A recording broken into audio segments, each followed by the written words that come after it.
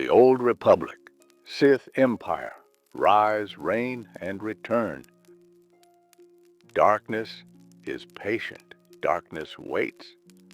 While light burns bright and fades quickly, darkness endures in the spaces between stars, in the forgotten corners of the galaxy, in the hearts of those who hunger for more than the universe willingly offers. This is the story of such darkness. A darkness that refused to die. A darkness that rebuilt itself in shadow, grew strong in exile, and returned to shake the foundations of the galaxy itself. The old Republic Sith Empire stands as perhaps the most remarkable chapter in the long history of the Sith. Not because it was the most powerful, though at its height it commanded half the known galaxy. Not because it produced the most legendary Dark Lords, though its ranks included beings of terrible magnificence. No, the old Republic Sith Empire endures in memory because it demonstrated something fundamental about the dark side itself. It showed that darkness, when properly nurtured, when given it time to grow in secret, can become something far more dangerous than any army or weapon. It can become inevitable. The ashes of defeat. The year was 5000. Before the Battle of Yavin, the galaxy burned. The Great Hyperspace War had reached its catastrophic conclusion. For years, the reborn Sith Empire under Dark Lord Naga Sadow had waged a campaign of conquest against the Galactic Republic. Sadow, ambitious and cunning, had discovered the location of the Republic through captured explorers. He had seen opportunity where others saw risk. He had marshaled the full might of the Sith to crush their ancient enemies once and for all. For a time, it seemed he might succeed. Sadow's armada struck dozens of Republic worlds simultaneously. His battle meditation, a rare and powerful force ability, multiplied the apparent size of his fleet through illusions and terror.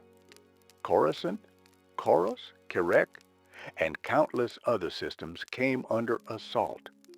The Republic defenders, caught completely off guard by this enemy they had thought destroyed centuries before, fell back in disarray. The Jedi Order scrambled to respond to a threat they had never encountered in living memory. But war has a way of revealing truth beneath illusion. The tide began to turn when Gav Darrigan, one of the explorers, whose accidental discovery had started this conflict, broke Sadow's concentration during a crucial battle. Without the Dark Lord sorcery maintaining the Phantom fleets, Republic forces suddenly realized that many of the ships bombarding their worlds were mere mirages. The revelation spread through Republic communications like wildfire. What had seemed an unstoppable invasion force was revealed to be far smaller, far more vulnerable than anyone had believed. The Republic counterattack was swift and merciless. Ships that had been fleeing turned and engaged. Jedi, who had been overwhelmed by sheer numbers, found themselves facing far more manageable odds. System by system, the Sith were pushed back. The invasion became a retreat. The retreat became a rout.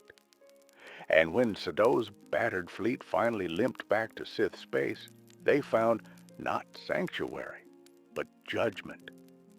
Ludo Kresh had survived Sadow's earlier assassination attempt. While Sadow had been leading the invasion, Kresh had consolidated power among the Sith left behind. When Sadow returned in defeat, Kresh was waiting in orbit above Korriban with a fleet of his own. Civil war erupted at the worst possible moment. With Republic forces in pursuit, with the Empire already crumbling, the Sith turned their weapons on each other. Sado managed to destroy Kresh's flagship, killing his rival at last. But the victory was Pyrrhic. The battle had given the Republic fleet time to arrive. Jedi and Republic forces fell upon the chaotic Sith like wolves upon wounded prey. Desperate, Sado ordered his flagship to the Denari system and performed one last piece of terrible sorcery. He caused one of the system's binary stars to go supernova, destroying a portion of the pursuing fleet and creating enough chaos for him to escape with a handful of loyal Massassi warriors to the remote moon of Yavin 4. Back in Sith space, the Republic showed no mercy. They had seen what the Sith were capable of. They had witnessed the devastation of Sith alchemy, the horrors of dark side warfare, the danger these people posed to galactic civilization.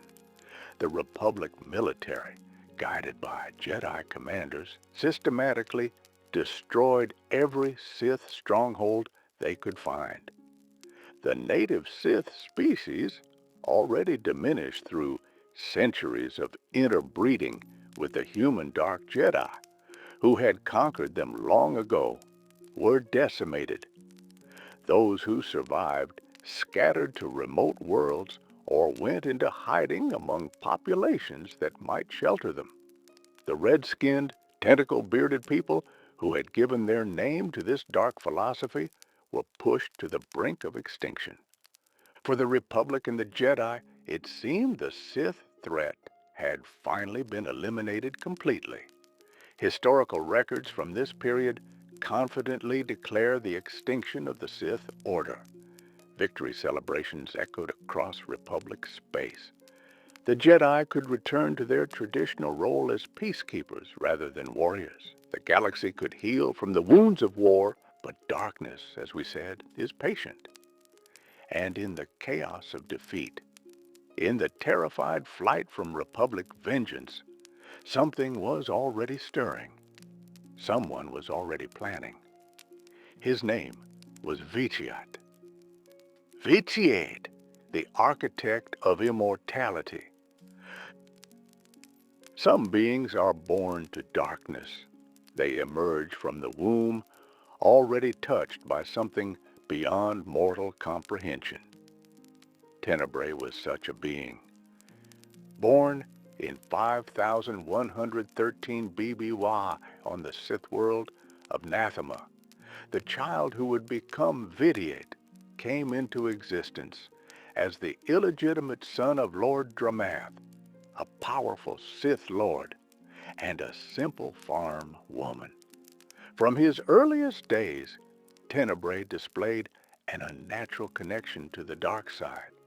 By age 6, he had forced his mother to confess his true parentage. When his stepfather reacted with violence, the child simply reached out and snapped the man's neck with the Force. He did not stop there. Young Tenebrae killed his mother as well, punishing her for the lie of his birth. Then, systematically, methodically, with the patience that would define his entire existence, he began to dominate everyone around him. Village by village, settlement by settlement, he spread his influence across Nathema like a plague. He tortured, he murdered, he enslaved minds and bent wills to his own. By age 10, he controlled substantial territory and had drawn the attention of the most powerful being in the Sith Empire, Marka Ragnos, the Dark Lord of the Sith, summoned the boy before him. What Ragnos saw both impressed and disturbed him. Here was a child whose power already eclipsed many Sith Lords who had spent lifetimes studying the dark side. Here was something both wondrous and monstrous. Ragnos, demonstrating the pragmatism that had kept him in power for over a century, decided not to destroy this abomination, but to harness it. He granted the boy the title of Lord Vitiate and dominion over all of Nathema. The newly anointed Lord Vitiate returned to his homeworld and immediately renamed it. No longer would it bear its old name. Now it would be Nathema, a world that existed solely as his domain. He built a palace on the exact site where he had murdered his parents, a monument to his first great sins. And there, for the next 100 years, he ruled and studied. Vitiate distinguished himself from other Sith lords in crucial ways. He did not seek the throne. He did not participate in the power struggles and political maneuvering that consumed so many of his peers. When Ragnos died and Sado and Kresh dueled for succession, Vitiate remained on Nathema, aloof and uninvolved. When Sado launched his invasion of the Republic, Vitiate watched from a distance, neither helping nor hindering. He was waiting, planning, studying, because Vitiate had glimpsed something that other Sith lords had missed. He had seen beyond the immediate hunger for power to something far greater. He understood that the dark side offered more than mere strength or influence. It offered the possibility of transcendence, of becoming something more than mortal, of achieving what no other Sith had ever accomplished. True immortality. But such a prize required a sacrifice beyond anything the galaxy had ever witnessed.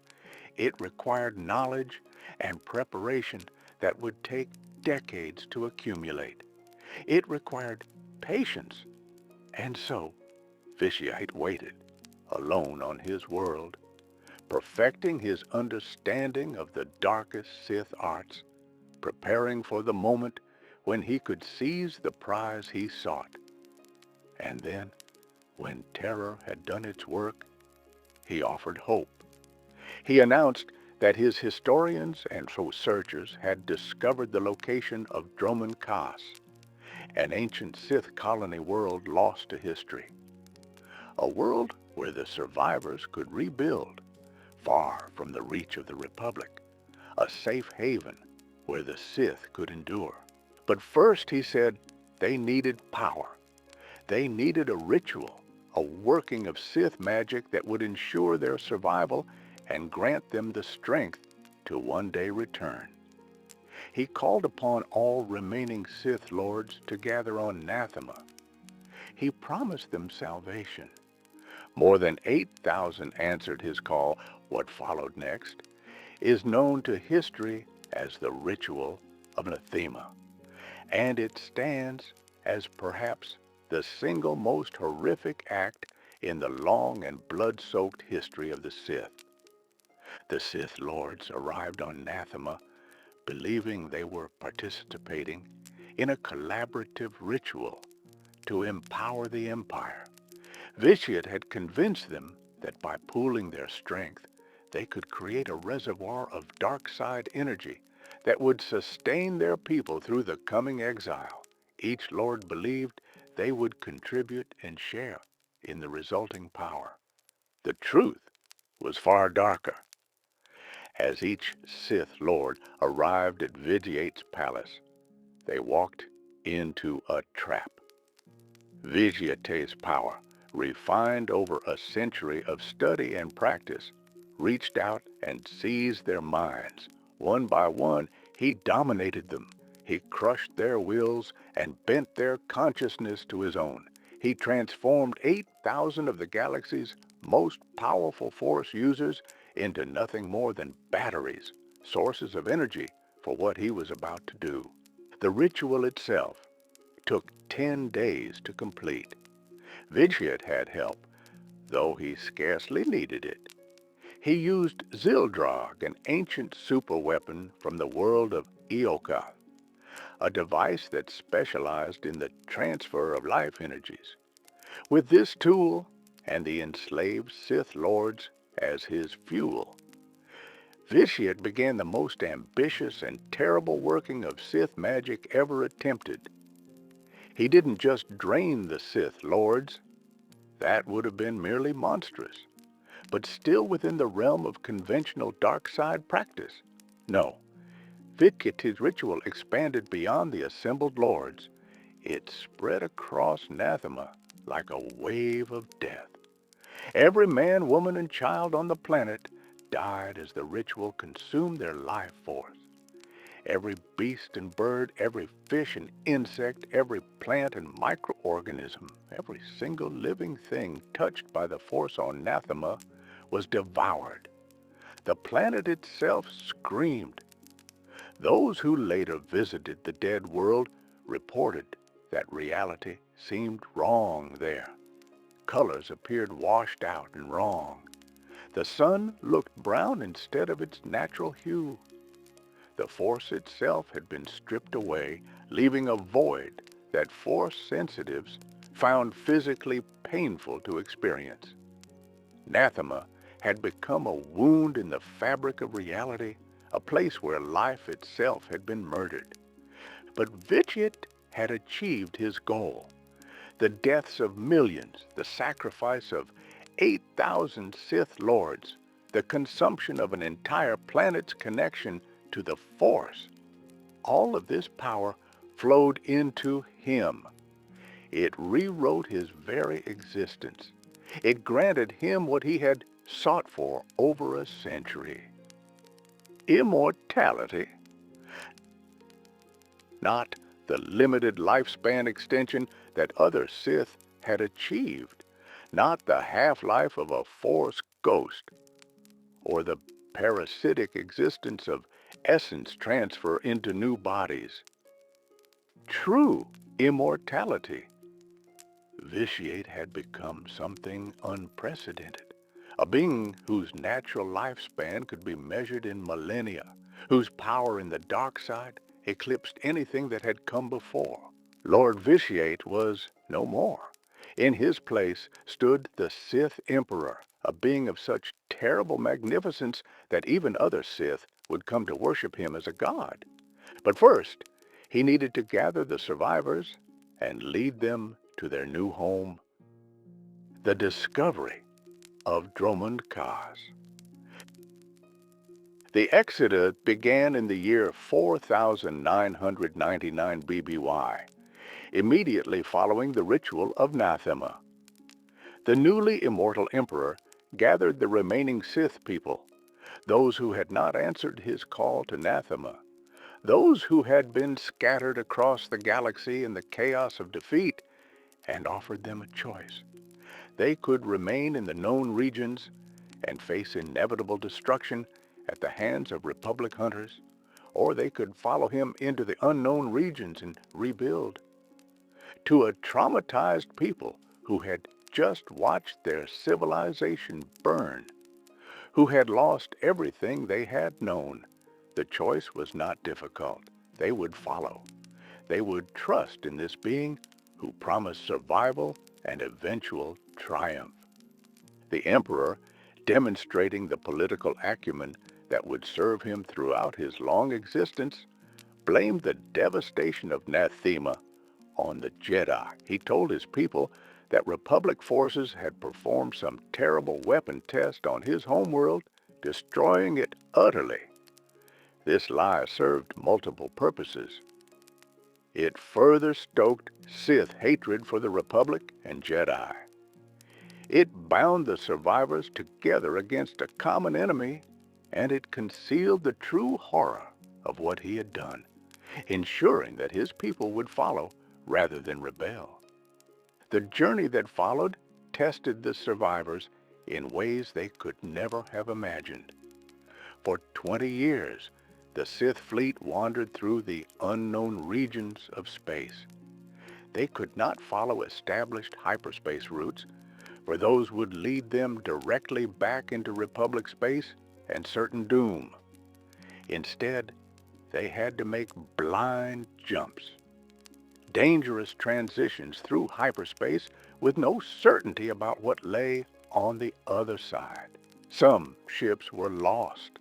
Entire vessels full of people simply vanished, either destroyed in hyperspace accidents or emerging in regions so remote and hostile that they could not survive. Food ran short. Medical supplies dwindled. Ships broke down without proper maintenance facilities. Children were born into this wandering exodus knowing no home but the cramped confines of their transport vessels. Adults who had once been powerful lords or respected citizens found themselves reduced to basic survival. The Emperor guided them through it all. Using his vast power in the Force, he reached across the fleet, providing visions to navigators, guiding them away from the worst dangers, pointing them ever onward toward a destination he insisted awaited them. For 20 years, the survivors placed their faith in his promise of a new home. And then, in 4980 B, they found it. Droman Kaas had been discovered by ancient Sith explorers millennia before. It had even been colonized at one point, a remote outpost of the old empire. But the hyperspace coordinates had been lost over the centuries, and the planet had faded into legend. The Emperor's researchers had rediscovered those coordinates in the archives just before the Great Hyperspace War, and he had kept this knowledge secret, waiting for the moment when it would be needed. The fleet emerged from hyperspace to find a world of dark beauty. Droman Kaas was a jungle planet, its surface covered in dense vegetation of deep greens and blacks. Constant storms racked its upper atmosphere. Legacy of ancient Sith experiments with weather control, the planet radiated with the dark side of the Force, a beacon that called to anyone sensitive to such things. Here, at last, was a world that could be home. The first settlers to descend to the surface found the ruins of the ancient colony. Temples stood half consumed by jungle growth. Buildings that had once housed Sith of a forgotten age now sheltered only beasts and darkness. But the foundations remained. The bones of a civilization waited to be reborn. The Emperor stood before his people and made a declaration. Here, on this world, hidden from the rest of the galaxy, the Sith Empire would be reconstituted. He proclaimed himself not merely Dark Lord, but Emperor over all Sith. And he promised that one day, when they were strong enough, when they had rebuilt what was lost, they would return to the galaxy and take vengeance upon those who had driven them into exile. At the center of the city rose the Imperial Citadel, a massive fortress that would serve as the seat of imperial power. Here, the Emperor established his throne room, a place of dark grandeur, where he would receive those few deemed worthy of his direct attention. Here he assembled the 12 most powerful and wise Sith Lords who had survived the Exodus and formed them into the Dark Council, a governing body that would oversee the day-to-day operations of the Empire. Each member of the Dark Council was granted responsibility for a sphere of influence, a domain of imperial power and policy. One Sith Lord would oversee military strategy. Another would control intelligence operations. A third would manage the Empire's resources and logistics. Between them, these 12 Dark Lords would control every aspect of imperial society, answerable only to the Emperor himself. This structure served multiple purposes. It created a clear hierarchy of power that prevented the kind of chaotic infighting that had weakened the old empire. It gave ambitious Sith Lords paths to advancement that didn't necessarily involve open warfare. And it freed the Emperor from the burden of micromanaging his civilization, allowing him to focus on his larger goals and his own mysterious experiments. The reconstruction effort was immense. Kos City alone would take generations to complete. But beyond the capital there was an entire planet to tame. The jungles of Droman Kos were not empty wilderness. They teemed with life, much of it dangerous. Massive predators stalked between the trees. Poisonous plants grew in abundance. The constant storms made certain regions nearly uninhabitable. Sith alchemists and sorcerers worked to understand and manipulate this hostile environment. They created new species through dark side experiments, beings specifically designed to serve imperial purposes. They established training grounds and testing areas deep in the jungle, places where young Sith could prove themselves against genuine dangers. They built smaller settlements, outposts, and fortifications across the planet's surface, slowly but surely bringing Droman Kos under imperial control. The Emperor himself contributed to the planet's transformation in ways both grand and terrible. He performed rituals of Sith magic that permanently altered Droman Kos's atmosphere. The storms that had existed before became more intense, more persistent. Constant lightning illuminated the perpetual twilight beneath the storm clouds. Some claimed the Emperor was experimenting with weather control. Others whispered that the rituals served a darker purpose, that he was trying to wound the Force itself as he had done on Nathema, though on a lesser scale. Whatever the truth, the result was a world that perfectly embodied the dark side.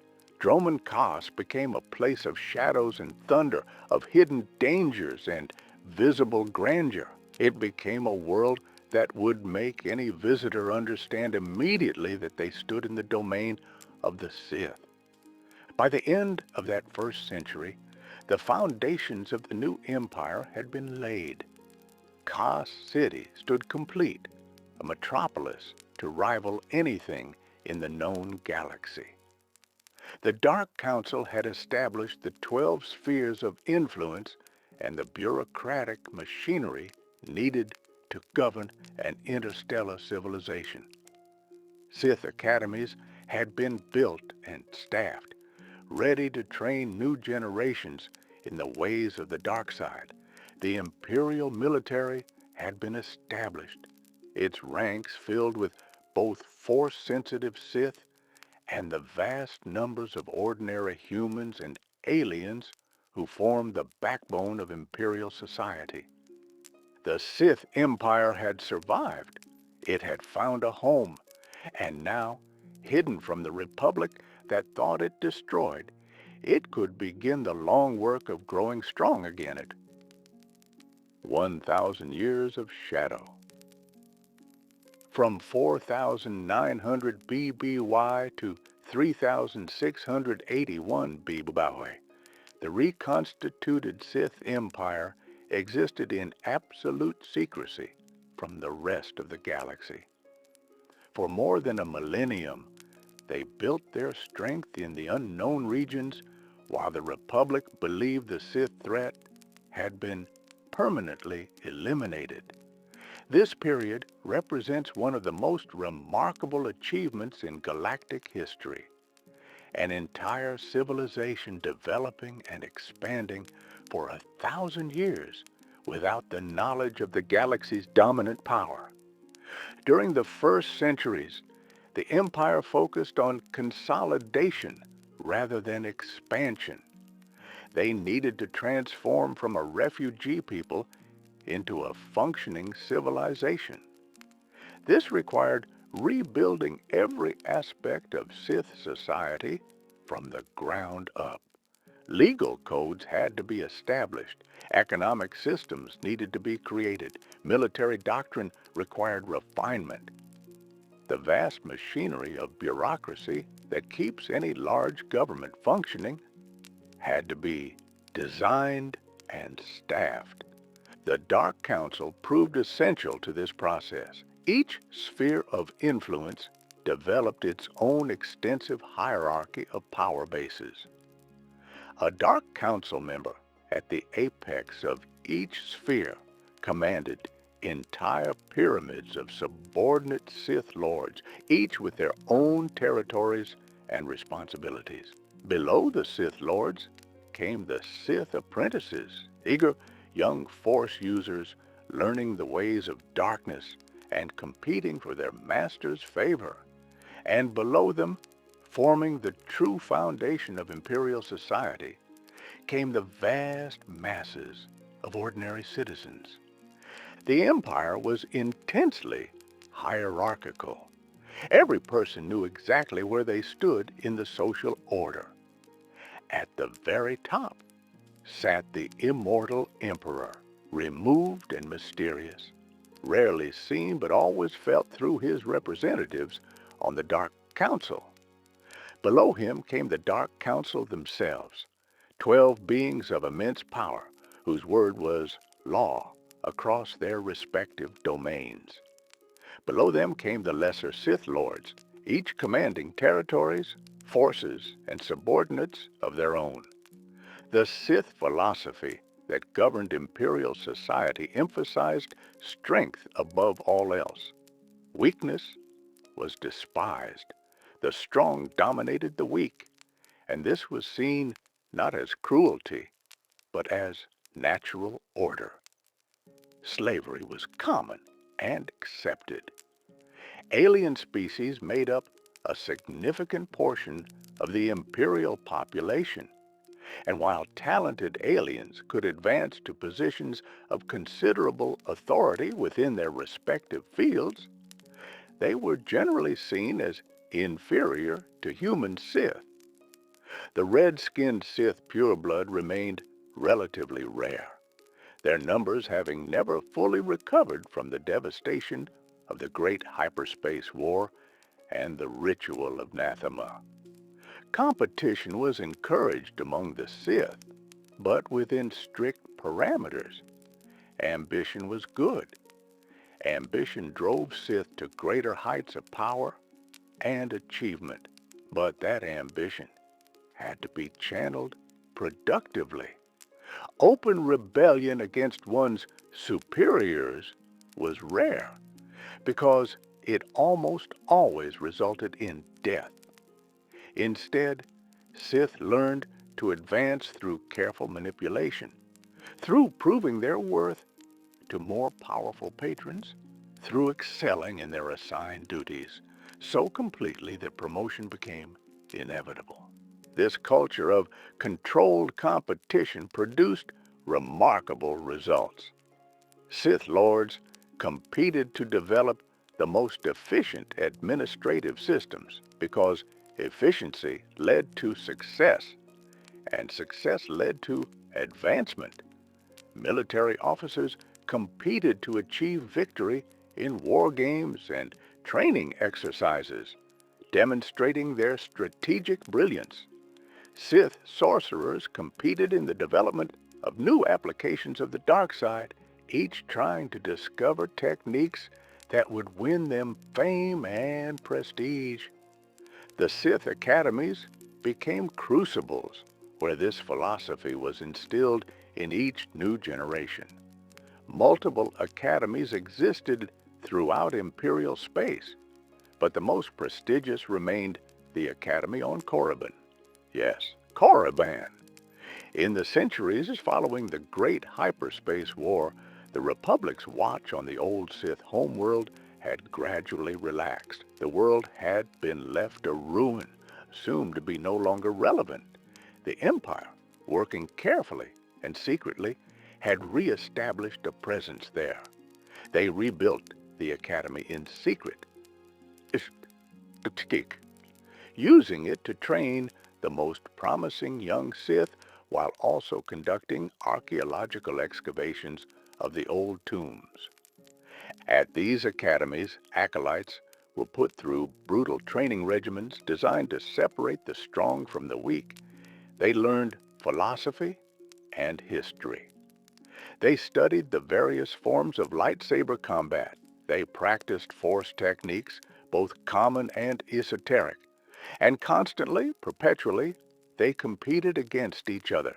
Acolytes who showed weakness were weeded out, either killed in training or reassigned to lesser roles within Imperial society. Those who survived the academies emerged as full Sith, ready to take their place in the Imperial hierarchy. Some became Sith warriors, the military arm of the Order, leading troops in battle and serving as the Empire's most deadly combatants. Others became Sith sorcerers, delving into the darkest secrets of the Force, conducting experiments and rituals in the service of Imperial power. The most talented and ambitious might eventually become Sith Lords themselves, joining the ranks of the Empire's elite. Life for an ordinary Imperial citizen was structured and hierarchical, but not necessarily terrible by the standards of the galaxy at large. Citizens who worked hard and followed the rules could live relatively comfortable lives. They had access to advanced technology, reasonable living conditions, and the security provided by a powerful government. Yes, they lived under the rule of force-using Dark Lords who saw them as inferior. Yes, the government was authoritarian and allowed little individual freedom. But compared to the chaos and poverty that plagued many worlds in the Republic, particularly in the Outer Rim, life in the Empire had its advantages. The Imperial military became one of the Empire's great achievements during this period. The armed forces expanded steadily over the centuries, growing from the ragtag survivors of the Great Hyperspace War into a war machine of terrifying efficiency. The military was divided into two main branches, the Imperial Army and the Imperial Navy. The Imperial Army consisted of ground forces, ranging from ordinary infantry to elite special forces units. Sith warriors often served as commanders and champions within the army, leading from the front and using their force powers to turn the tide of battles. But the bulk of the army consisted of regular soldiers, men and women trained to professional standards and equipped with modern weapons and armor. The Imperial Navy controlled space combat and orbital operations. Imperial shipyards, hidden in remote systems, produced warships in increasing numbers.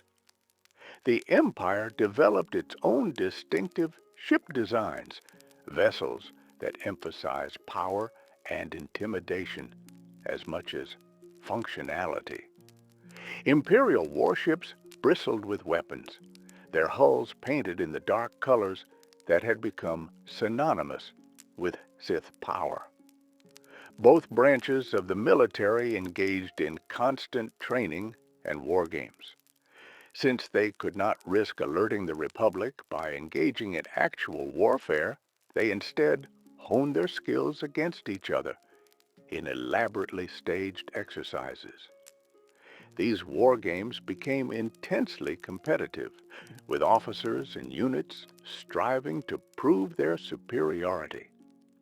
The resulting military culture was one of discipline, efficiency, and readiness for the war that all knew would eventually come. The emperor maintained only indirect oversight of most imperial affairs during these centuries. He had withdrawn into seclusion, appearing before his people rarely and communicating primarily through intermediaries. Some claimed he had grown distant from mundane concerns, focused instead on experiments and researches too dark and complex for others to comprehend. Others whispered that he was working on some great plan, preparing for something that would reshape the galaxy. In truth, the emperor was doing both. He had divided his attention and his very consciousness in ways that would not become clear until much later.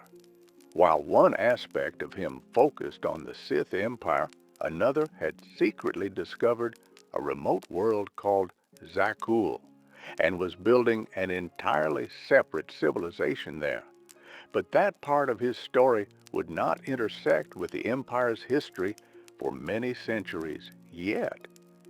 In the Emperor's absence, the Dark Council effectively ran the Empire. They made policy decisions, settled disputes, commanded the military, and generally kept civilization functioning. But they always knew that the Emperor watched. He might be distant, but he was never truly absent. His agents, known as the Emperor's Hand, operated throughout the Empire, carrying out his secret will and ensuring his designs were fulfilled. These mysterious figures answered to no one but the Emperor himself. Even Dark Council members feared them, never knowing when a hand might appear with orders that superseded their own authority. Periodically, the Dark Council would grow ambitious and begin plotting against the Emperor. It happened twice during the Empire's hidden centuries. The first time occurred relatively early in the Empire's history, when some council members convinced themselves that they no longer needed their immortal master. The Emperor responded by systematically hunting down and killing every member of the council involved in the plot. He then selected new council members from the surviving Sith Lords, making it abundantly clear what happened to those who betrayed him. The second attempt occurred much later, in 3954 BBY, and was more sophisticated. Dark Counselors Darth Nihilus and Darth Cedrix formed a conspiracy that included several other council members and the Emperor's own chief advisor, Lord Scourge. This time, the plotters were not motivated by simple ambition. They had learned of the Emperor's true plans, his intention to consume all life in the galaxy to fuel his own immortality, and sought to stop him before he could doom their people along with everyone else. The Emperor rewarded Scourge's betrayal by granting him the same immortality the Emperor enjoyed, binding him with Sith magic to extend his life indefinitely. Scourge became the Emperor's wrath, his personal enforcer and executioner, and Revan, who might have killed the Emperor and prevented everything that followed, was instead captured and imprisoned, held in torment for the next 3 centuries. The conspiracy's failure convinced the Dark Council that the Emperor could not be overthrown. They resigned themselves to his rule and focused instead on their own spheres of influence, competing with each other while serving the Emperor's distant will. While the Empire developed in secret, they were not completely cut off from events in the larger galaxy. Imperial intelligence, operating under the sphere of Sith intelligence, maintained an extensive network of agents and informants throughout Republic space. These operatives, often deep cover agents who spent generations embedding themselves in Republic society, sent back regular reports on Republic politics, military capabilities, economic strength, and social developments. The intelligence network served multiple purposes. It allowed the Empire to track potential threats. It identified strategic targets for the eventual invasion. It located and recruited or eliminated Force sensitives who might complicate Imperial plans. And perhaps most importantly, it allowed the Empire to manipulate Republic politics from afar. Over the centuries, Imperial agents engineered conflicts, assassinated key leaders, funded radical movements, and generally worked to weaken the Republic in preparation for the coming war. They were careful never to reveal themselves, never to do anything that might alert the Republic to the Empire's existence. But their subtle influence was constant and corrosive. One of the Emperor's most ambitious manipulations occurred in the decades before the planned invasion. He reached out with his mind across vast distances and touched the consciousness of Mandalore, the ultimate leader of the Mandalorian clans.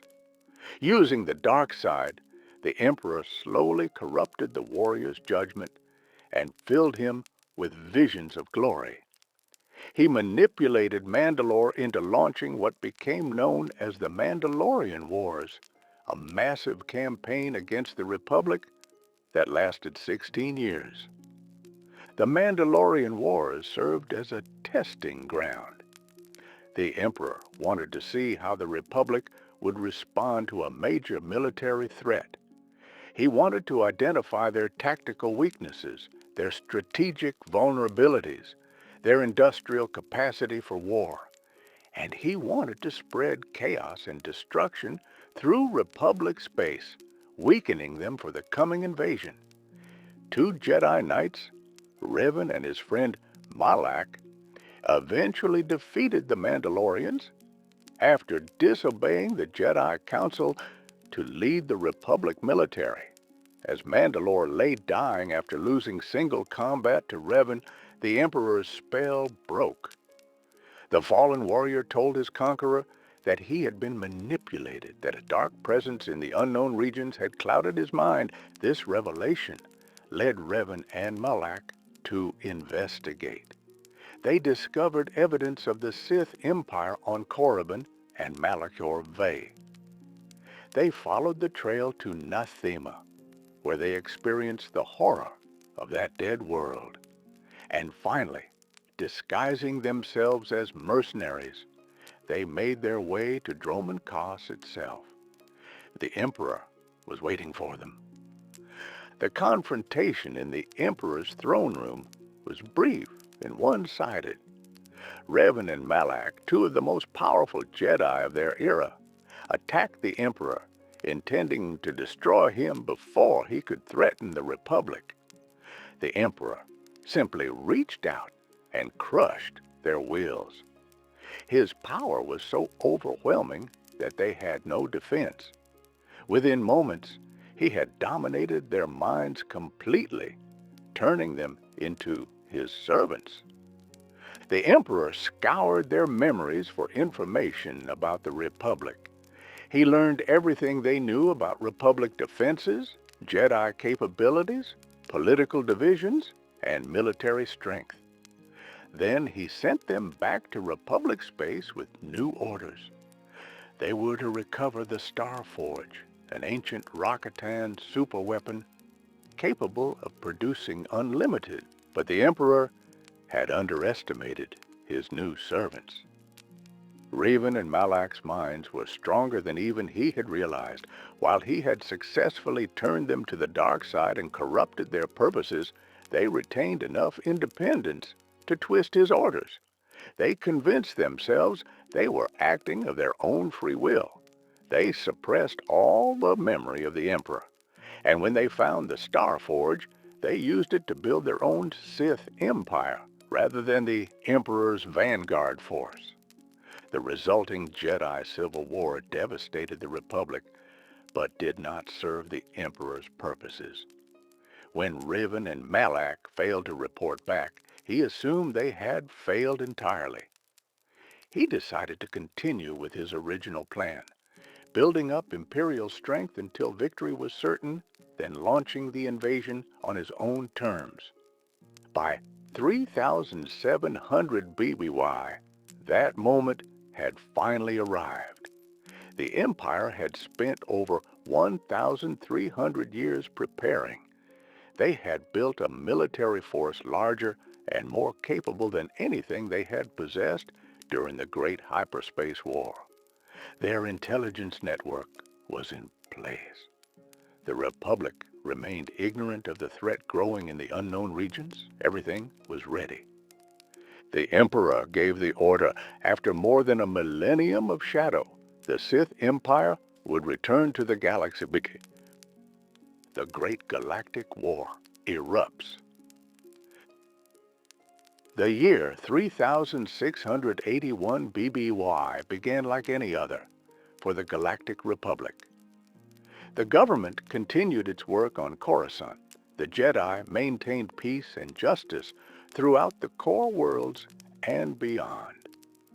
The long shadow of the Jedi Civil War, which had ended decades earlier, had faded from immediate memory.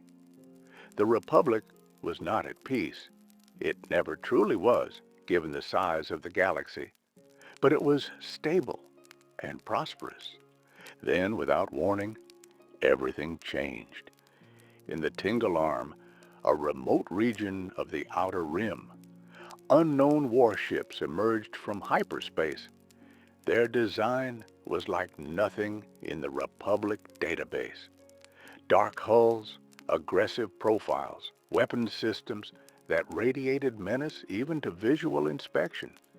When Republic authorities sent a diplomatic convoy to make contact with this new civilization, hoping to establish friendly relations as they had with so many other cultures, the unknown warships simply opened fire. The diplomatic ships, lightly armed and utterly unprepared for combat, were obliterated in moments. But before they died, they transmitted sensor readings and visual data back to Republic space.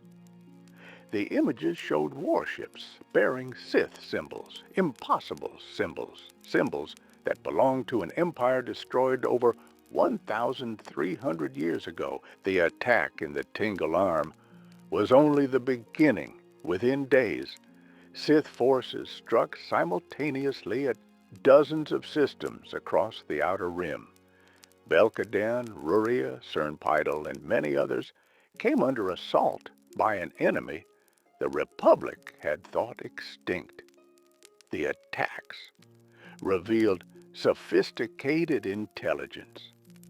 The Sith knew exactly where to strike, knew the locations of key systems and military installations.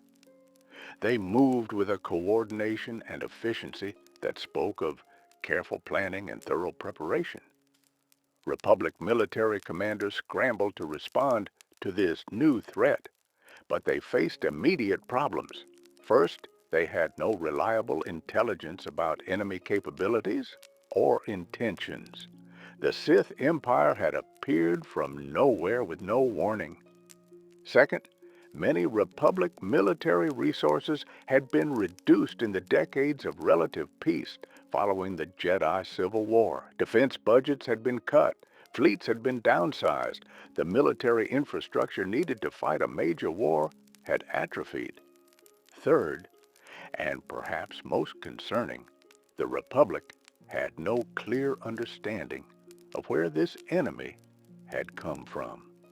The unknown regions were vast and poorly charted. The Sith could have bases anywhere out there. They could have resources far beyond anything the Republic could estimate. Fighting an enemy of unknown size emerging from uncharted space was a strategic nightmare. And then there were the Sith themselves. Not just soldiers bearing Sith symbols, but actual dark side force users. Sith warriors led Imperial troops in battle, their powers turning the tide of engagements that should have been Republic victories. Sith sorcerers performed rituals that spread fear and confusion among Republic forces. Sith assassins struck at key targets behind Republic lines, killing officers and destroying critical infrastructure. The Jedi Order mobilized to counter this threat. Jedi Knights and Masters were dispatched to combat zones throughout the Outer Rim. Their presence helped stabilize many situations, giving Republic forces the force-sensitive support they needed to counter Sith powers. But the Jedi were spread thin. They had not maintained a large standing army since the Jedi Civil War. Many Jedi had returned to traditional roles as peacekeepers and scholars. Building up their military capacity would take time. One of the war's early major engagements occurred at the Minas Cluster, a collection of systems that held strategic importance for both sides. The Empire laid siege to multiple worlds in the cluster, seeking to secure this valuable region. Republic forces rushed to defend, resulting in a grinding attritional campaign that would last for the war's entire 28-year duration. The siege of the Minos cluster demonstrated both sides' determination and the terrible cost of this conflict. Entire planetary populations suffered under Imperial occupation or became collateral damage in Republic counterattacks. Billions died over the course of the campaign. Neither side could afford to give up such strategic territory, so the fighting continued year after year, world by world, until the cluster became synonymous with grinding, brutal warfare. 3 years into the war, in 3678 B/Y, Republic forces launched a counteroffensive aimed at the Sith holy world of Korriban. Intelligence suggested that striking at such a significant target might force the Empire to commit forces to its defense, potentially relieving pressure on Republic positions elsewhere. A substantial Republic fleet assembled and launched the attack. The Battle of Korriban was a disaster for the Republic. The Sith had anticipated the attack and prepared a trap. When Republic forces arrived in orbit, they faced not just the expected garrison, but a massive fleet that had been hidden in nearby systems. The Republic ships found themselves outnumbered and outmaneuvered. On the ground, Republic soldiers and Jedi who managed to land faced overwhelming Sith resistance, fighting not just Imperial forces, but also the dark side influence that permeated Korriban itself. The Republic fleet was devastated. Thousands died, countless more were captured. The surviving ships that managed to retreat brought back news of a crushing defeat. The failed attack on Korriban marked a turning point in the war. It demonstrated that the Sith Empire was not some remnant force that could be quickly defeated. It was a peer competitor, potentially even superior to the Republic in military capability. In the aftermath of Korriban, Republic morale plummeted. Senators began questioning whether the war was winnable. Protest erupted on core worlds as the reality of conflict reached populations that had lived in peace for generations. The military struggled with recruitment and resource allocation. The economy buckled under the strain of supporting a war effort far larger than anything in recent history. The Empire, sensing weakness, pressed their advantage. More systems fell under Sith control.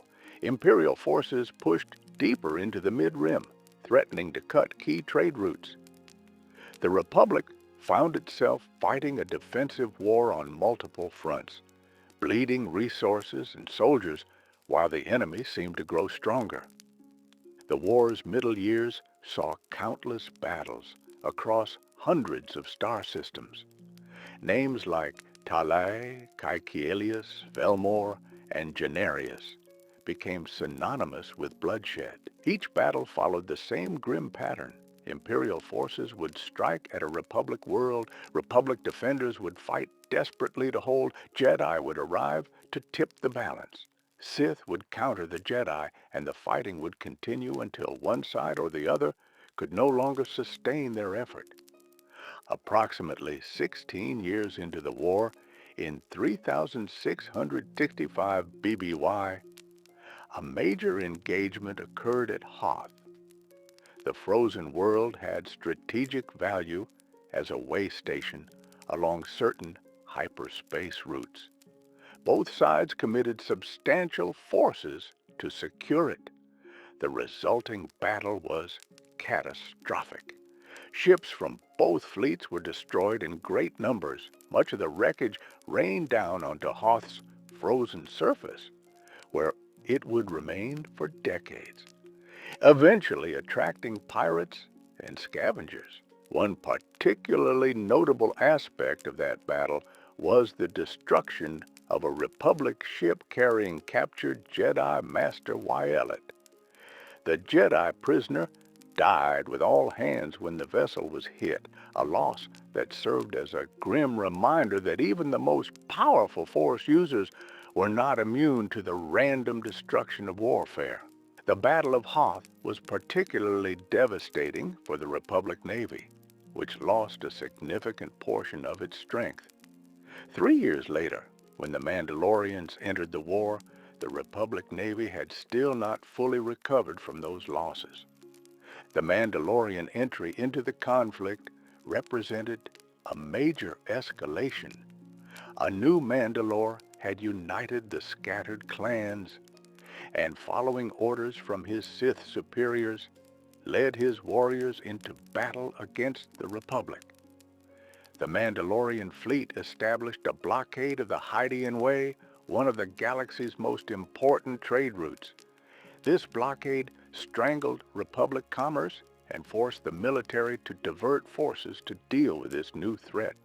The Republic faced a grim reality. They were fighting a war on multiple fronts against enemies who seemed to have unlimited resources and determination. The economy was in shambles. The population was exhausted by decades of warfare. The military was stretched beyond its limits, and the Jedi Order, which had borne so much of the burden of combat, had lost thousands of knights and masters. And yet, they endured. Republic forces continued to fight. New soldiers enlisted despite the terrible casualties. Industrial worlds converted their facilities to military production. Jedi academies accelerated their training programs, producing new generations of Force users to replace those fallen in battle.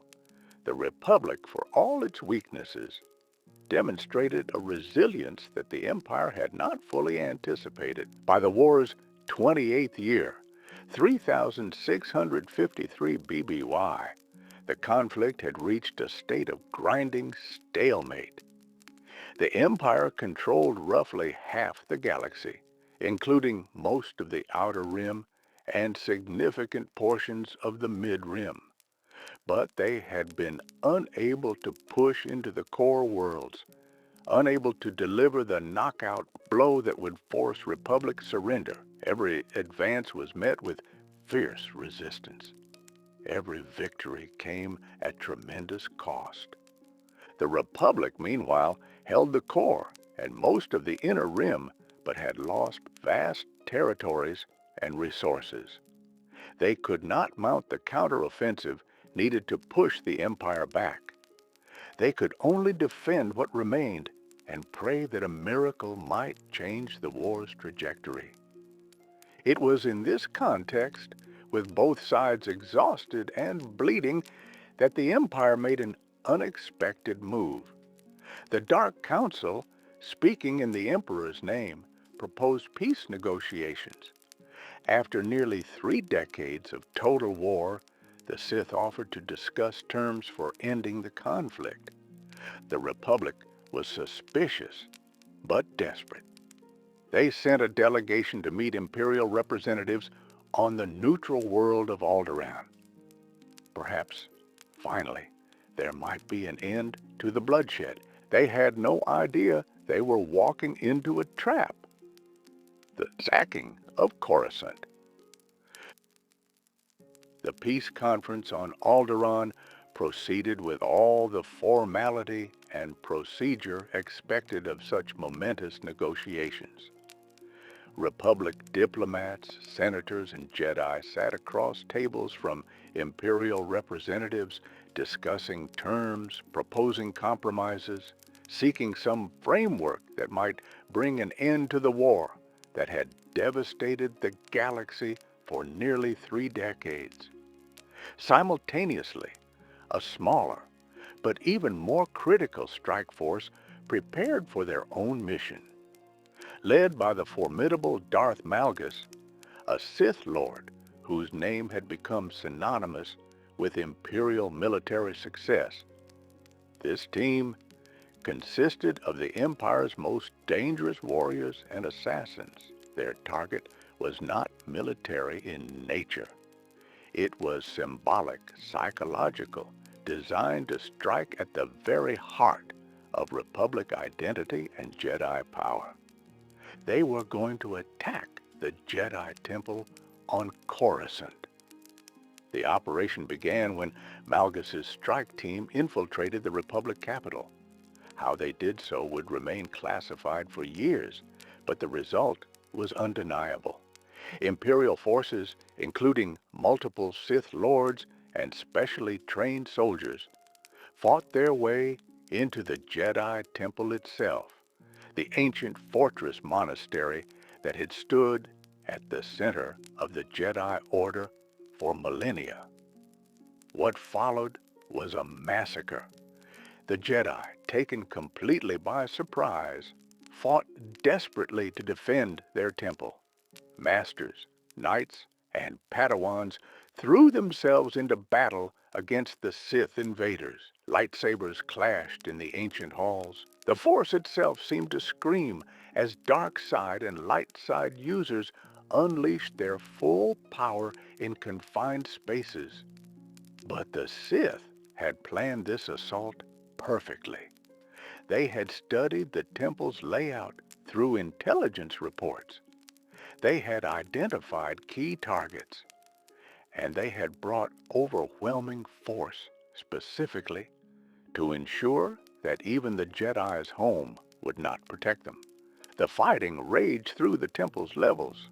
In the council chambers, 6 Jedi council members died defending their order's heart. Master after master fell to Sith blades. Some Jedi managed to escape. Others fought to the death. Padawans and younglings were evacuated where possible, though not all made it out. And while the strike team kept the Jedi occupied, Darth Malgus accomplished his primary objective. He destroyed key generators that powered Coruscant's planetary defense grid. With those systems offline, the planet's shields and defensive satellites were disabled. Coruscant lay helpless before orbital attack. That's when Darth Angrel's fleet emerged from hyperspace. The sight of an entire Imperial armada materializing in orbit around the Republic capital sent shock waves through the planet and the galaxy. How had they gotten past the border defenses? How had such a large force approached without detection? The answers would come later. In the moment, all that mattered was that the enemy was here, in orbit above the galaxy's most important world, and nothing stood in their way. The bombardment began immediately. Imperial warships opened fire on the defenseless capital world. Turbo-laser batteries, designed to destroy military targets in space, were turned on the surface. Sections of Coruscant erupted in flames, buildings collapsed, entire districts were reduced to rubble. The planet that had been the seat of galactic governance for millennia burned under Sith guns. The Republic military scrambled to respond, but their forces were scattered across the galaxy, engaged in dozens of other battles. The home fleet, which should have defended Coruscant, had been significantly reduced to reinforce other positions. What remained was inadequate to challenge the Imperial Armada. Republican defense forces that tried to engage were quickly destroyed or driven off. On the surface, panic and chaos reigned. Billions of civilians attempted to flee or take shelter. The lower levels of the city, already poor and crime-ridden, descended into complete anarchy. Gangs seized control of entire sectors. Looters ransacked businesses. The government's ability to maintain order evaporated as everyone focused on survival. The Jedi Temple burned, the symbol of light's strength. The fortress that had endured for thousands of years crumbled under Sith assault and orbital fire. Ancient texts and holocrons were lost. Training grounds that had produced generations of Jedi Knights were reduced to ruins. The temple itself, while not completely destroyed, was left a shattered skeleton of what it had been. The Empire's terms for ending the bombardment were delivered with brutal simplicity. The Republic would immediately accept the treaty as written by the Imperial delegation. There would be no further negotiation, no room for compromise. They would accept every demand or Coruscant would be destroyed completely. With an Imperial fleet in orbit and their defenses disabled, the Republic had no leverage and no options. The treaty that became known as the Treaty of Coruscant was devastating in its terms. The Republic was forced to withdraw all military forces from disputed territories, effectively ceding them to the Empire, turn over control of 7 additional star systems to Imperial authority, revoke Republic membership and protection from numerous Outer Rim worlds, abandoning them to potential Imperial conquest. Most symbolically crushing of all, agree to the Empire ending its occupation of Coruscant, which meant accepting that the Empire had occupied their capital, however briefly. The treaty was signed under duress with an Imperial fleet's guns pointed at the Republic's heart. Every Republic representative who put their seal on that document knew they were signing an instrument of humiliation and defeat. But the alternative was the complete destruction of Coruscant and the deaths of billions. When news of the treaty spread through Republic space, the reaction was explosive. Protests erupted on every core world. Citizens who had endured nearly 30 years of war felt betrayed by a government that would surrender after one attack. Senators who had not been at Alderaan demanded investigations. Military officers argued that they should continue fighting regardless of the treaty. But the deed was done. The war was officially over. The Great Galactic War, which had raged for 28 years and claimed countless lives, ended, not with a glorious Republic victory, but with a humiliating surrender. The treaty established a Cold War that would last for years. Technically, the Republic and Empire were at peace. In practice, they engaged in constant proxy conflicts, espionage, political maneuvering, and occasional direct skirmishes that both sides pretended hadn't happened. The galaxy was divided roughly in half, with the Empire controlling a vast swath of territory and the Republic clinging to the core worlds and their remaining holdings. For the Sith Empire, the sacking of Coruscant represented the apex of their military achievement. They had done what Nagasado had failed to do over 1,300 years earlier. They had struck the Republic capital, destroyed the Jedi Temple, and forced their ancient enemies to accept a humiliating peace. The victory was total and glorious, celebrated throughout Imperial space. For the Republic, the sacking was a trauma from which they would never fully recover. The images of their burning capital, of the Jedi temple in ruins, of their government forced to surrender under threat, would haunt the collective consciousness for generations. The event fundamentally changed how Republic citizens viewed their government and their place in the galaxy.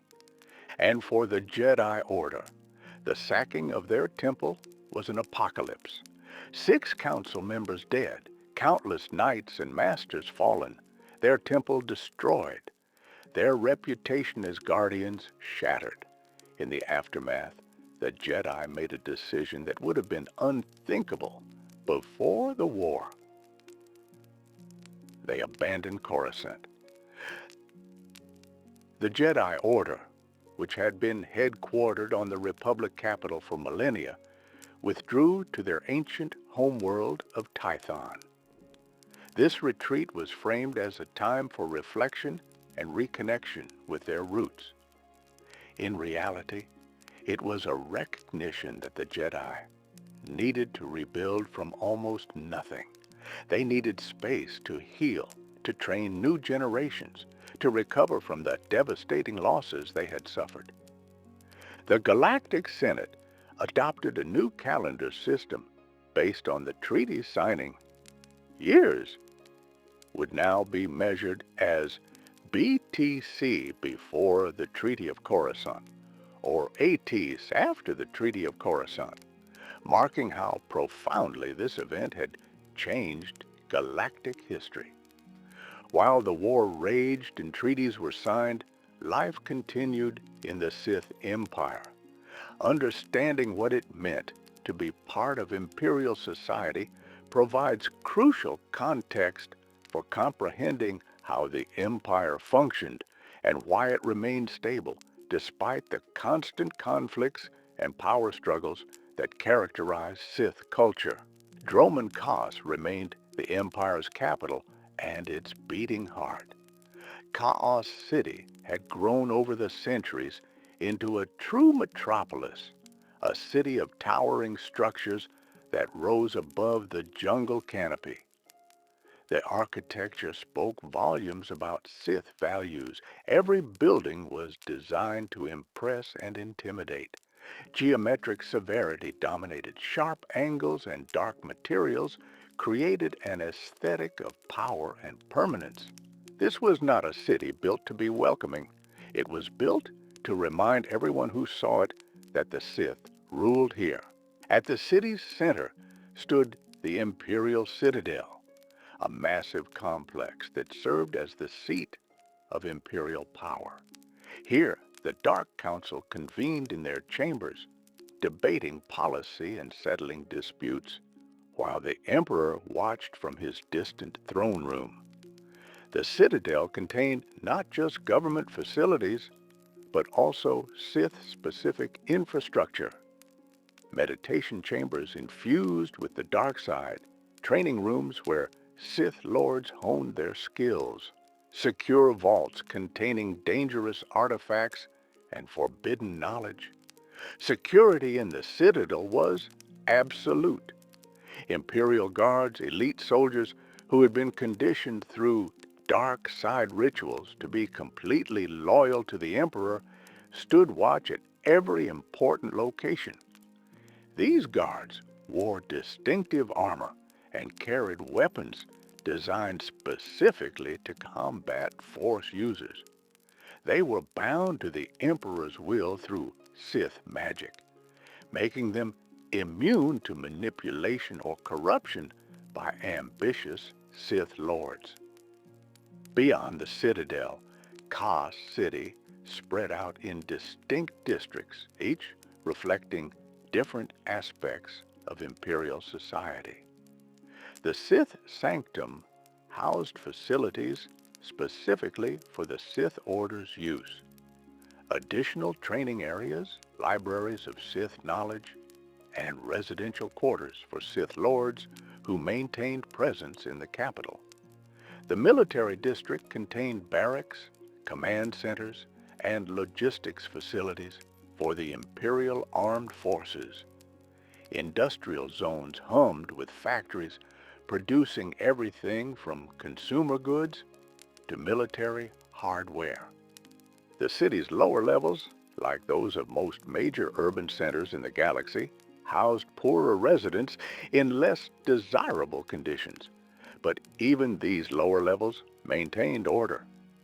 The Empire's authoritarian structure ensured that crime was severely punished. This didn't eliminate criminal activity, but it kept it contained and relatively organized. Gangs existed, but operated within understood parameters or faced swift imperial retribution. Life for a typical imperial citizen in Kos City followed predictable patterns. They worked in whatever industry or service they had been assigned or trained for. They followed imperial laws, which were strict but clear. They showed appropriate respect to Sith and other authority figures. In return, they received security, employment, and the basic necessities of life. The Empire's economy functioned on a mixed model.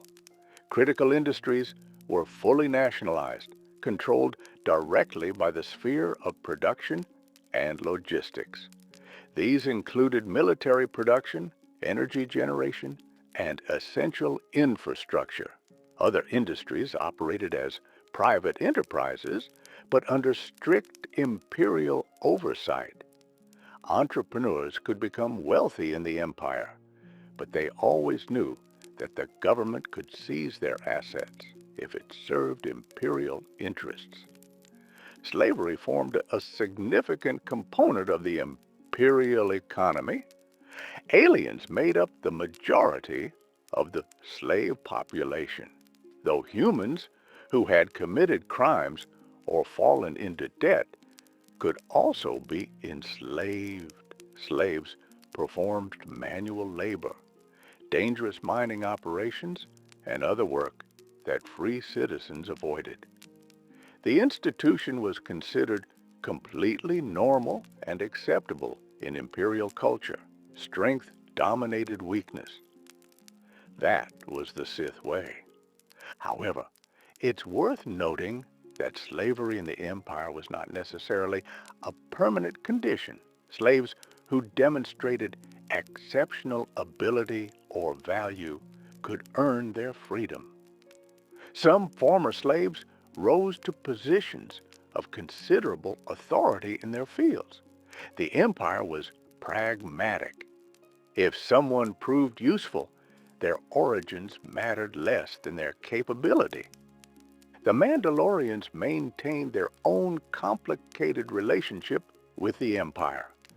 They had an enclave in the Imperial Citadel itself, recognition of their contributions during the Great Galactic War. Mandalorian warriors valued strength and combat prowess above all else, values that aligned well with Sith philosophy. Many Mandalorians served in the Imperial military or as independent contractors, drawn by the Empire's promise of worthy opponents, particularly the chance to fight Jedi.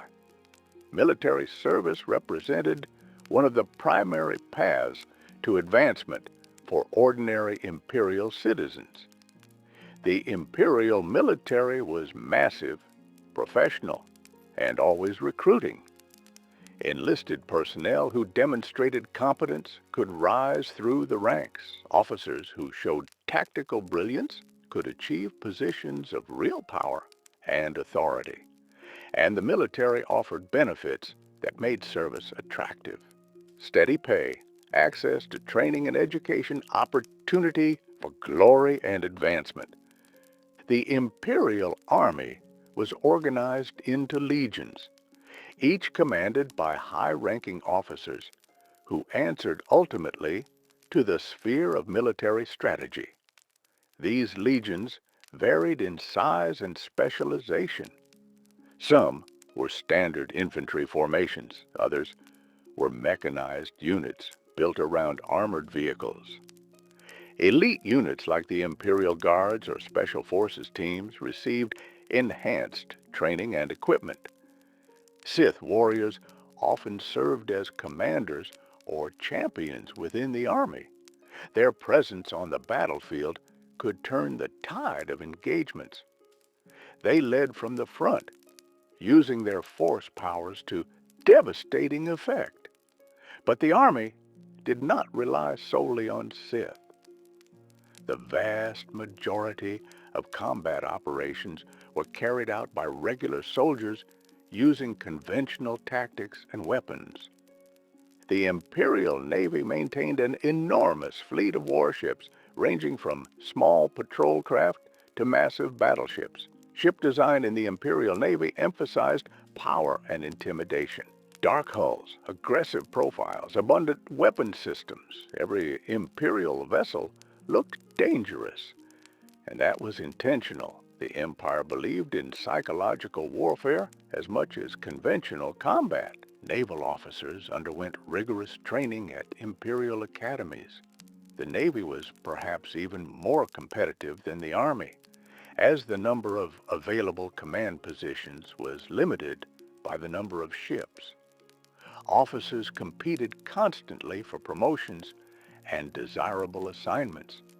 This competition produced a culture of excellence, but also sometimes led to backstabbing and political maneuvering that could undermine military effectiveness. Both military branches were supported by extensive logistics networks. The Empire had learned from the old Empire's failures. They would not allow their forces to be undersupplied or inadequately maintained. Supply lines were protected. Logistics officers had significant authority. Military production was prioritized. When the Great Galactic War erupted, the Empire's logistical superiority proved crucial to their success. For those with force sensitivity, but not enough power or ambition to become true Sith, alternative paths existed. Some became Imperial interrogators, using their abilities to extract information from prisoners. Others served in intelligence, using force powers for espionage and infiltration. Still others became instructors at various Imperial academies, passing on their knowledge to new generations. The Empire maintained academies not just for Sith, but for all manner of specializations. Military academies trained officers, intelligence academies taught espionage and analysis. Technical schools produced engineers and scientists.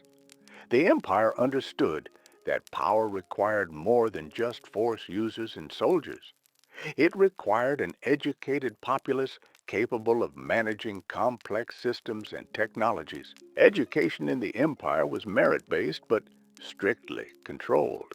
Intelligent children were identified young and directed into educational tracks appropriate to their abilities. The most gifted might be sent to prestigious academies on Dromund Kaas. Others attended local schools on their home worlds. The curriculum emphasized duty, discipline, and service to the Empire. History classes taught a version of galactic events that positioned the Sith as the natural rulers and the Republic as corrupt and weak. This quasi-religious framework served multiple purposes. It provided ideological justification for the social hierarchy. It gave meaning to individual sacrifice for imperial goals. It created a sense of destiny and inevitability about the Empire's ultimate triumph, and it bound the entire civilization together under a shared belief system that reinforced Sith dominance. Daily life in the Empire involved constant reminders of who held power. Sith lords could demand deference from anyone of lower status. Military authority was absolute. Disobedience was severely punished. But within these strict hierarchical boundaries, ordinary citizens could live relatively normal lives. They married, raised families, pursued careers, entertained themselves with various forms of media and recreation, and generally engaged in the same activities that humans across the galaxy enjoyed. The Empire's propaganda machine was sophisticated and pervasive. Holonet broadcasts portrayed the Empire as the galaxy's rightful rulers, and the Republic as decadent and weak. News from the war was carefully curated to emphasize Imperial victories while downplaying setbacks. Citizens were constantly reminded of the glory of the Sith and the inevitability of Imperial triumph. One of the more unusual aspects of Imperial society was the Order of Revan, a secret society that worshipped the Jedi-turned-Sith Revan as a figure who transcended the traditional light-dark divide. The Order attracted members from across Imperial society, from powerful Sith lords to humble soldiers to even alien slaves. Its existence was known to Imperial intelligence and the Dark Council, but the Order operated in shadows, its true membership and goals hidden. The Order of Revan represented a heretical threat to traditional Sith philosophy. By suggesting that someone could use both light and dark, by worshiping a figure who had betrayed both Jedi and Sith. The Order undermined the very foundations of Sith belief, yet it persisted, growing over the years, its members drawn to the idea that the Force might be more complex than simple light versus dark. Imperial culture produced art, music, and literature, though all such creative works existed within bounds set by the government. Artists who created works that glorified the Empire or explored themes consistent with Sith philosophy could thrive. Those who produced subversive or critical works faced imprisonment or worse. This didn't prevent creative expression, but it channeled it in directions that served imperial interests. Architecture throughout the empire followed the aesthetic established on Dromund Kaas. Dark materials, severe geometry, imposing scale, buildings designed to inspire awe and fear. And on conquered worlds, the empire would often build its structures in this distinctive style, a visual reminder of who held power now. The constant storms of Dromund Kaas, enhanced by the Emperor's rituals, had become a symbol of the Empire itself. Darkness and lightning, power and violence, beauty and danger all wrapped together. Citizens grew accustomed to living under stormy skies. The perpetual thunder and lightning became the soundtrack of imperial life. The Empire's slow decline.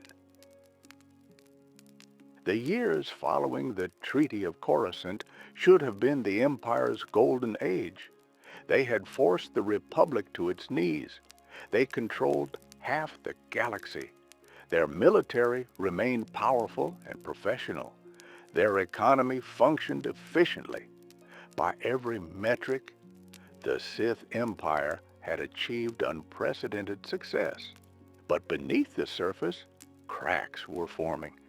The Emperor, who had guided the Empire for over 1,300 years, began to withdraw even further from direct governance. He had always been distant, but now he became almost completely absent. The Dark Council found themselves making major decisions without even consulting their master. Some whispered that the Emperor had transcended mortal concerns entirely, that he had become so consumed with experiments in the dark side that he no longer cared about the mundane details of running an empire. The truth, as would only become clear much later, was even stranger. The Emperor had split his consciousness. While one part of him maintained the Sith Empire, another had fully committed to his eternal empire on Zakuul. He was effectively ruling two civilizations simultaneously, spreading his attention across an impossible span. The strain of this division, combined with his ongoing schemes to consume all life in the galaxy and achieve ultimate power, meant the Sith Empire received less and less of his focus. Darth Mar, who controlled the sphere of defense of the Empire, emerged as perhaps the most stable and pragmatic voice on the Council. Unlike some of his peers who seemed to care only for their own advancement, Mar demonstrated genuine concern for imperial strength and longevity. He became the closest thing the Empire had to a real leader, the Dark Counselor that others grudgingly respected even when they disagreed with him. But Mar was one voice among the 12, and not all his colleagues shared his priorities. Some council members engaged in elaborate schemes against their fellows. Territory disputes erupted into shadow conflicts, with each side using proxies and deniable assets to undermine their rivals. Resources that should have gone to maintaining imperial strength were instead diverted to these internal conflicts. The military began to suffer from these divisions. Officers found themselves caught between competing counselors, receiving contradictory orders from different spheres. Some operations failed because of inadequate support caused by council infighting. Talented officers who backed the wrong counselor found their careers stalled or destroyed. The professional military culture that had served the Empire so well during the Great Galactic War began to erode. The Treaty of Coruscant had established a formal peace, but the Cold War that followed saw constant low-intensity conflict.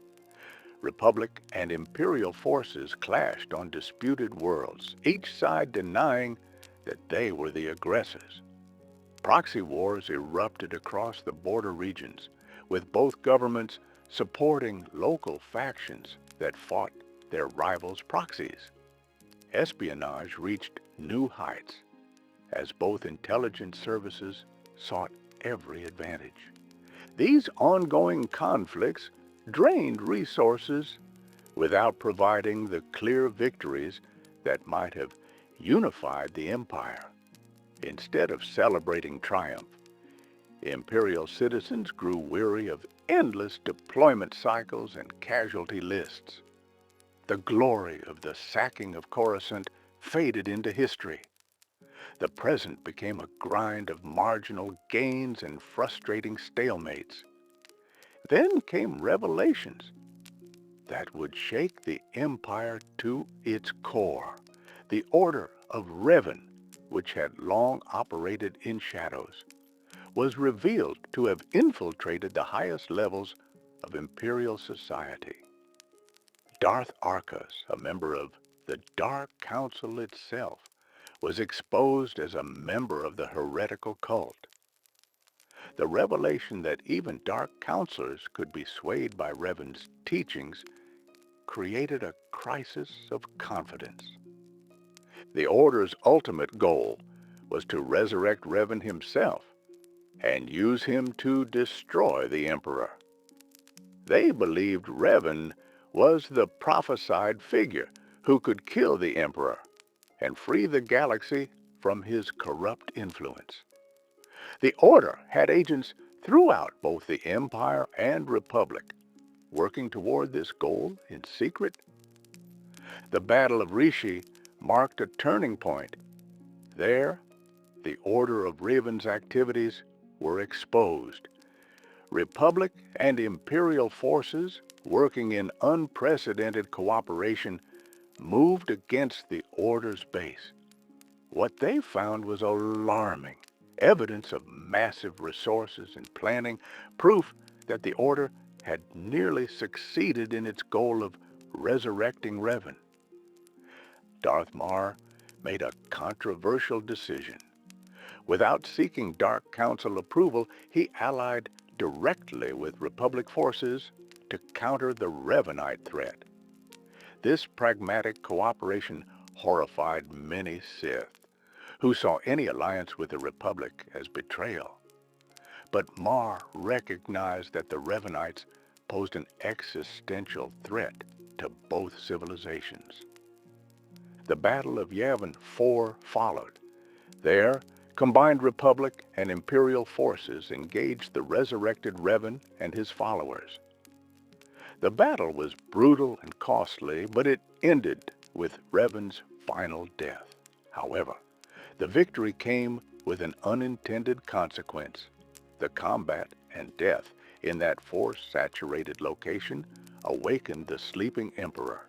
He stirred from his long hibernation, and the galaxy would soon pay a terrible price for his return. The awakened Emperor moved to Zaost, one of the old Sith holy worlds. There, he demonstrated power beyond anything even his own people had imagined. Using the dark side, he took control of every living being on the planet.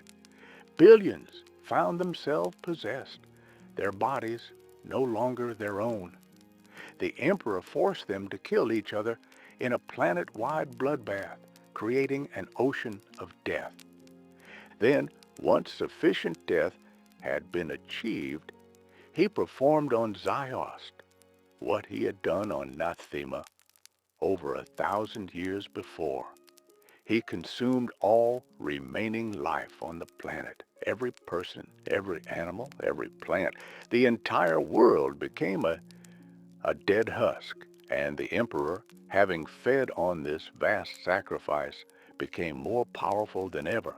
What they found instead was the Eternal Empire. The Emperor, operating as Valkyrian, had spent centuries building a second civilization on Zakuul. The Eternal Empire possessed technology far beyond anything the Republic or Sith Empire could match. They commanded an eternal fleet of warships that seemed invincible, and now Valkorian's son Arcan had usurped his father's throne and decided to conquer the known galaxy. The Eternal Empire's invasion was devastating. Arcan's forces attacked both the Republic and the Sith Empire simultaneously. Neither side could mount effective resistance. The Eternal Fleet was simply too powerful. World after world fell under Eternal Empire occupation. Both civilizations, already exhausted by decades of conflict, crumbled before this new threat.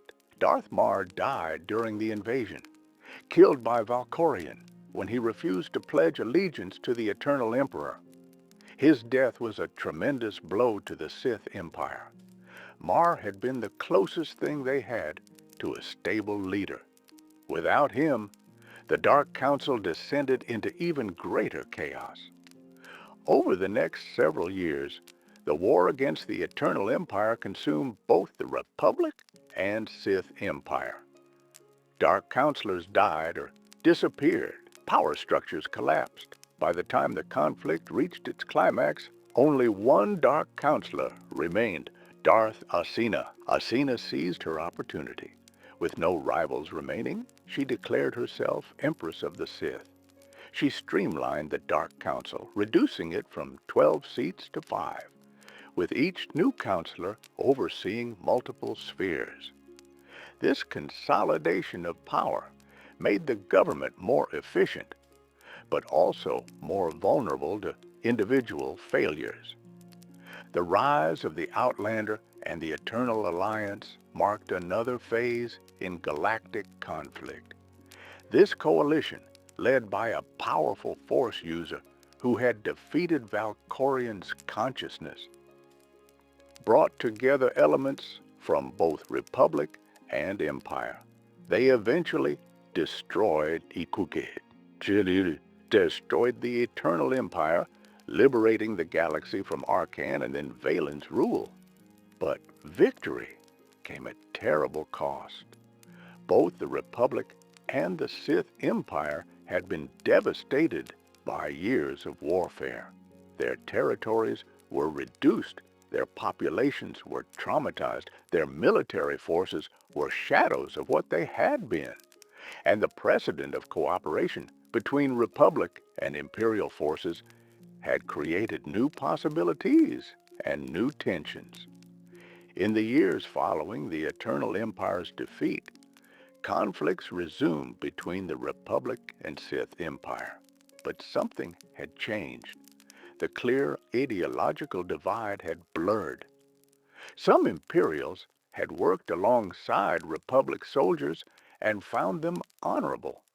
Some Republic personnel had dealt with reasonable Sith and found them not so different from themselves. The absolute certainty that had once characterized the conflict was gone. The Empire continued to exist for several more centuries, but it never recovered its former glory.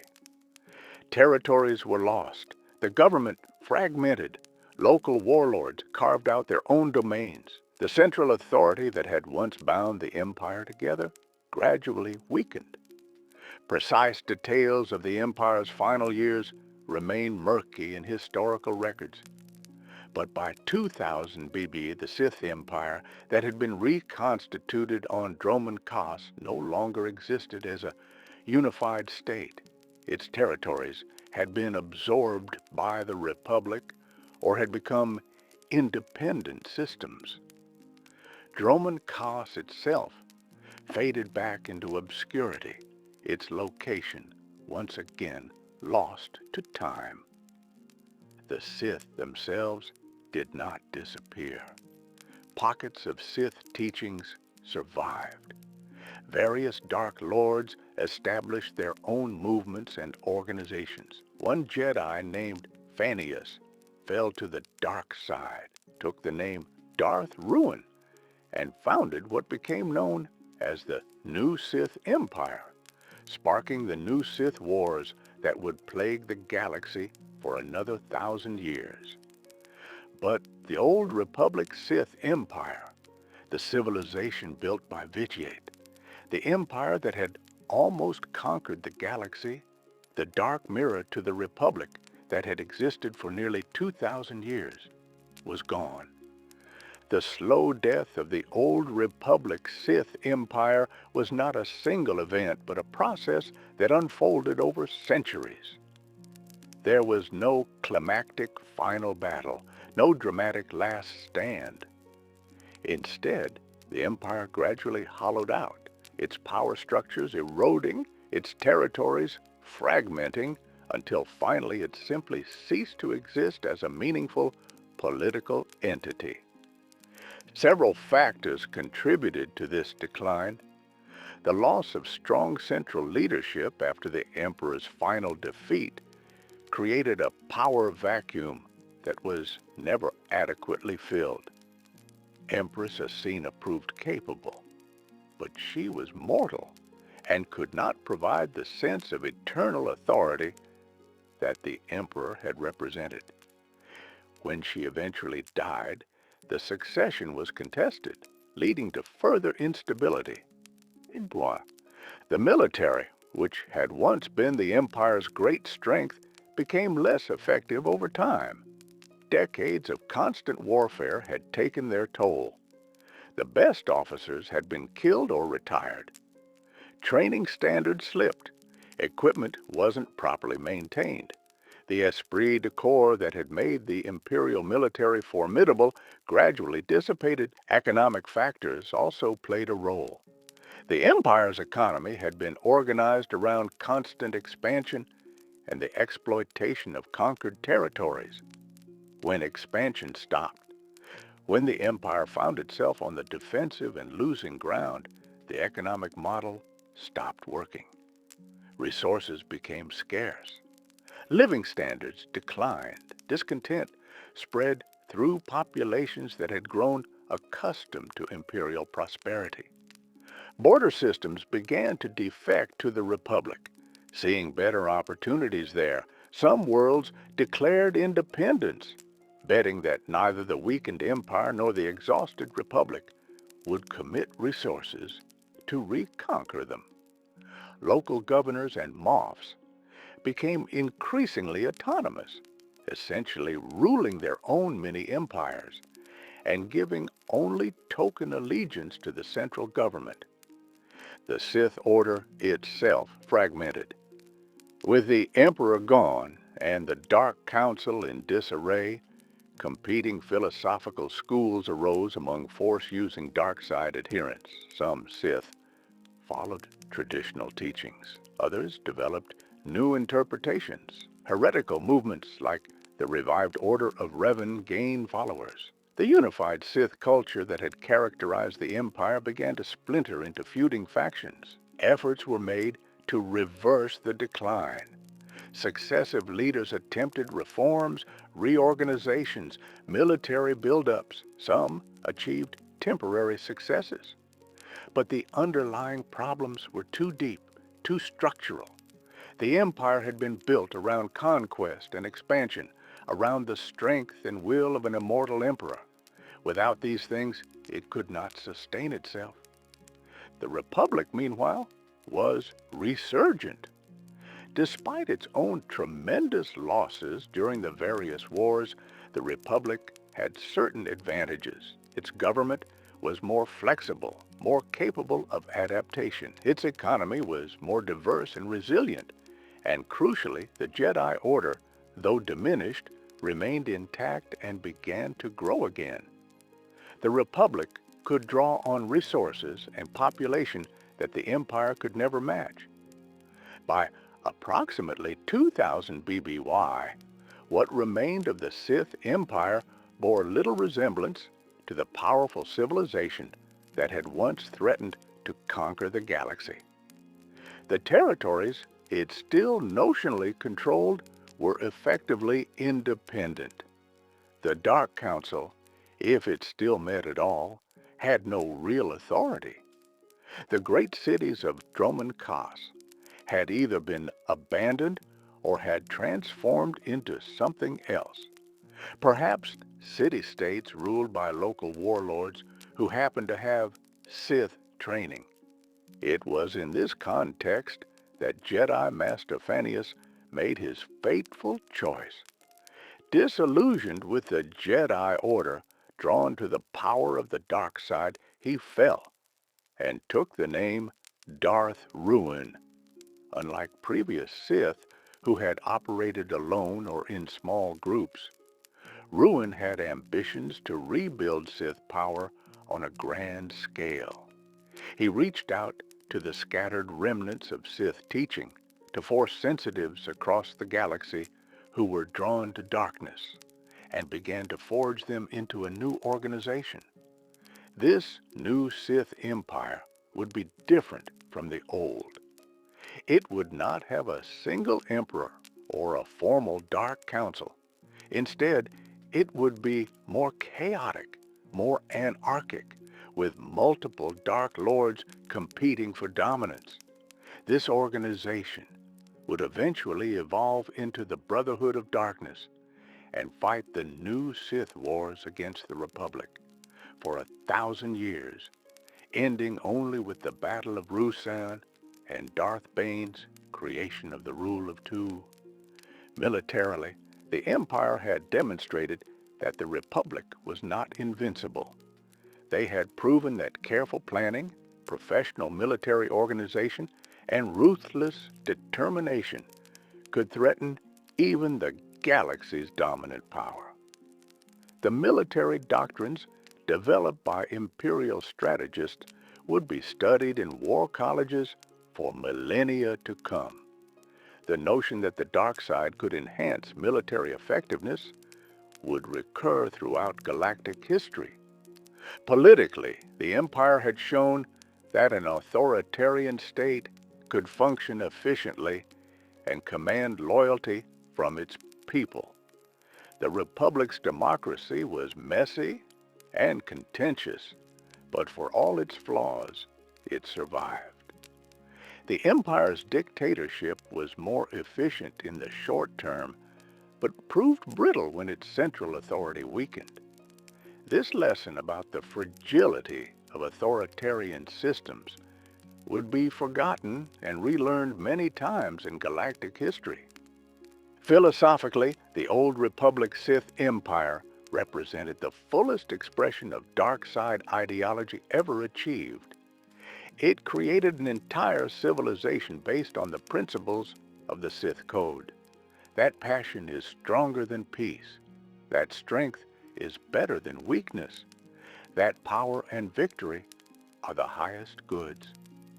The experiment ultimately failed, but not before demonstrating that such a society could exist and even thrive for a time. Culturally, elements of imperial aesthetics and values persisted long after the empire's fall. The architectural style pioneered on Dromund Kaas would influence dark side movements for millennia. The military traditions would be carried on by successor organizations. Even some of the imperial bureaucratic structures would be adopted in modified form by later governments. The empire's greatest legacy, perhaps, was in demonstrating the persistent appeal of the dark side.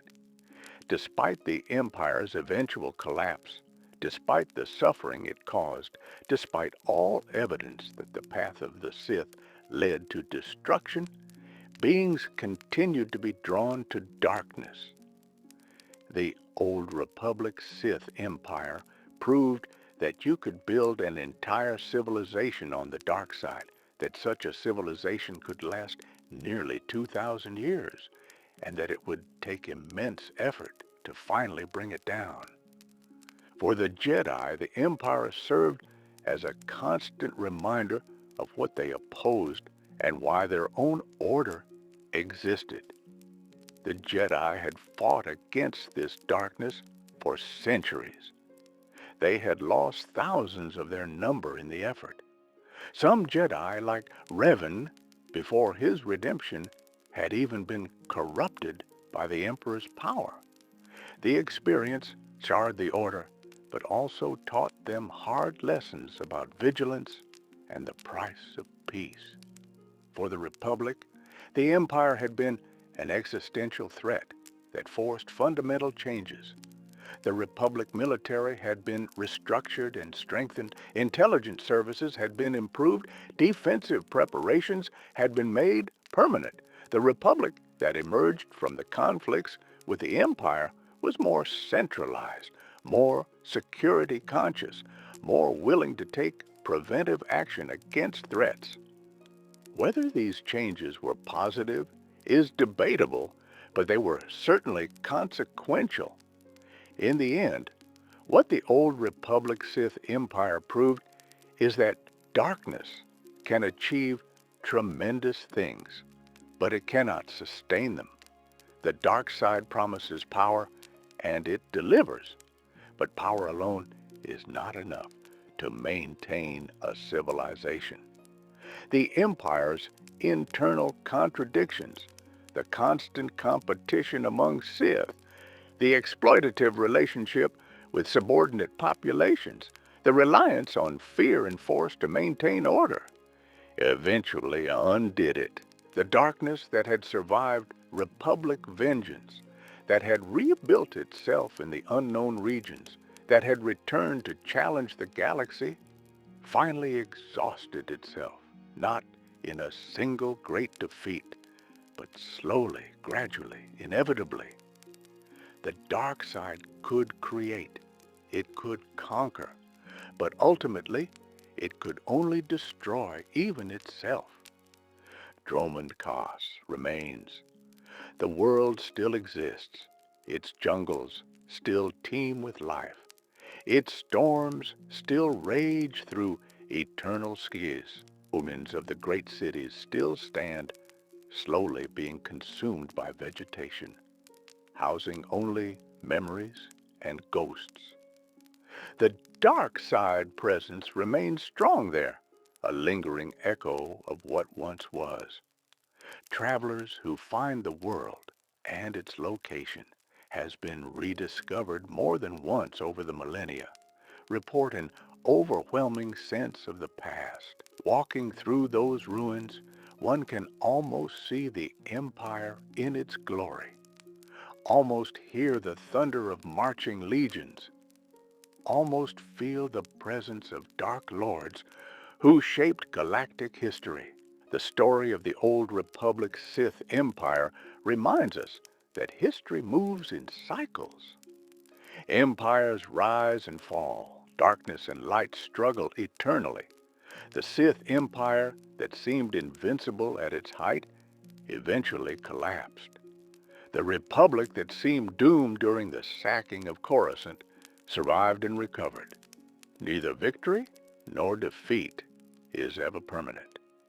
For over 2,000 years, from the survivors fleeing the Great Hyperspace War to the final dissolution in the centuries before the new Sith Wars, the old Republic Sith Empire shaped galactic history.